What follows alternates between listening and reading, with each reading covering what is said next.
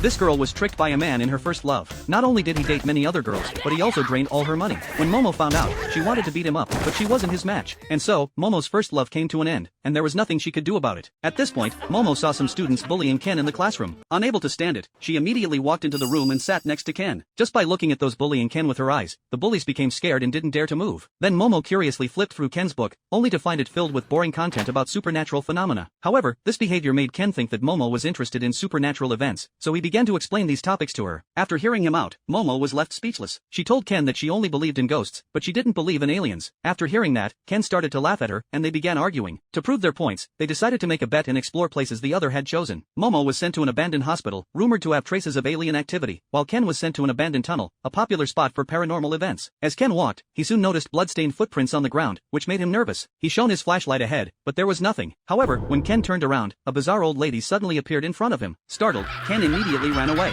When Momo heard about this over the phone, she told Ken to stop running. According to what she had read online, if Ken lost in a race against this old lady, he would be cursed. But Ken still ended up encountering trouble. When Momo heard his screams over the phone, she knew something had happened to him. Just as she was about to go rescue him, three strange figures appeared behind her. Momo didn't know what they were, and in the end,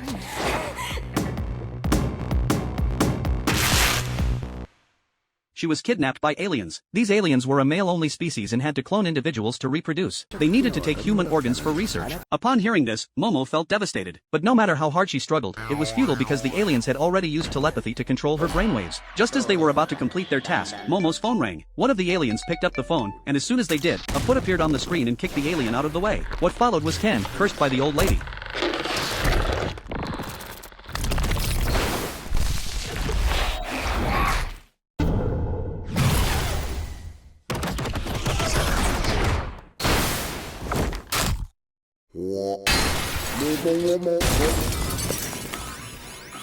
The aliens were shocked by the scene because they had never seen such advanced technology. They saw how powerful the old lady's presence was, so the aliens decided to transform into their combat forms. A battle between the supernatural beings began. In the face of the aliens' intense attacks, Ken evaded all the strikes with speed, and even telekinesis couldn't lock onto him. However, since he wasn't used to his new body, he was eventually pinned against the wall. But Ken refused to give up. He couldn't allow anyone to hurt Momo. If it was for Momo, he was willing to become a monster. Momo cheered for him from the side. Finally, Ken admitted that he still couldn't do it. Momo didn't expect Ken to give up so quickly. At that point, the aliens no longer paid attention to Ken. They resumed their operation on Momo. In a critical moment, Momo remembered what her grandmother, a medium, had told her when she was young. She first pushed hard with her lower abdomen, then slowly gathered energy to her head. In the next instant, a miracle happened. Momo broke free from the machine's control. The aliens had overstimulated her brainwaves, causing her latent chakras to open. Momo felt grateful to her grandmother, as this allowed her to kick the man who had tricked her out of her life. When Momo regained her senses, she realized she was still